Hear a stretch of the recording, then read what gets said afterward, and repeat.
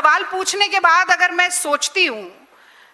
तो लगता है कि वो प्रधानमंत्री देश का जिसने 12 साल में एक भी प्रेस वार्ता नहीं की, और जो आदि है, आप आम चूस कर खाते हैं या काट कर, आप थकते क्यों नहीं, आप कौन सा टॉनिक पीते हैं, आप बटुआ दाईं तरफ रखते हैं या बाईं तरफ रखते हैं। जो प्रधानमंत्री ऐसे सवालों का आदी है, वो त्राहिमाम कर रही जनता के सवालों का कहां जवाब देगा। तो प्रधानमंत्री जी से तो जवाब मिलेगा नहीं। तो मैंने सोचा कि जवाब की तरफ क्यों ना मैं ही छोटा सा इशारा कर दूं। तो एक खबर और आई है, और वो खबर क्या कह रही है कि जो 3 स्टेट रन ऑयल कंपनीज हैं हमारे देश की, जो कि 90% डोमेस्टिक रिटेल मार्केट को कंट्रोल करते हैं, Indian oil, Bharat petroleum, Hindustan petroleum, उनका Q4 यानी 4th क्वार्टर का कंबाइंड नेट प्रॉफिट, उस प्रॉफिट में 41% का उछाल आया है। यानी जनवरी से मार्च के बीच में जब मोदी जी कह रहे थे कि वैश्विक संकट है, हर देश पर मार है, तो इस वैश्विक संकट के दौरान इन ऑयल पेट्रोलियम कंपनीज का कंबाइंड मुनाफा अगर आप देखें, प्रॉफिट देखें, तो 19,470 करोड़ रुपया है। यूं ही थोड़ी अंबानी जी तेल एक्सपोर्ट कर रहे हैं बाहर, जब यहां घर में तेल नहीं मिल रहा है किसी को।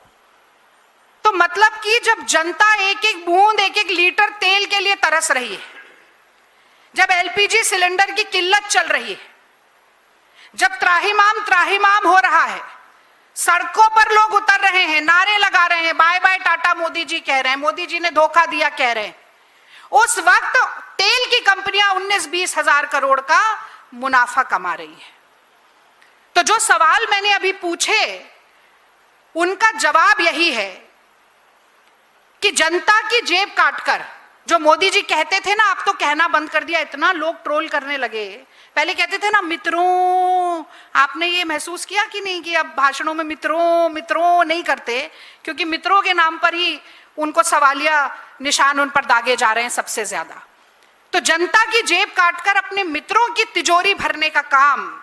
मोदी जी और मोदी जी की सरकार कर रही है। इसीलिए बार बार पेट्रोल डीजल के दाम बढ़ाए जा रहे हैं, जबकि ये कहा जाता है कि जहां चाह वहां राह। अपने आजू बाजू देखें, अगर ऑस्ट्रेलिया में एक्साइज ड्यूटी कम हो सकती है, अगर जर्मनी में एक्साइज ड्यूटी कम हो सकती है, अगर ब्रिटेन के प्रधानमंत्री कह सकते हैं कि 100 पाउंड तक का बिजली का बिल माफ करेंगे, अरे छोड़िए, नेपाल में भी 2 रुपए कम हो सकते हैं, तो 43 लाख करोड़ रुपए की वसूली करने के बाद यही मजबूरी है मोदी जी की, यही मजबूरी है एक कॉम्प्रोमाइज प्रधानमंत्री की कि उसे बार बार पेट्रोल डीजल के दाम बढ़ाकर जनता की कमर तोड़नी पड़ती है।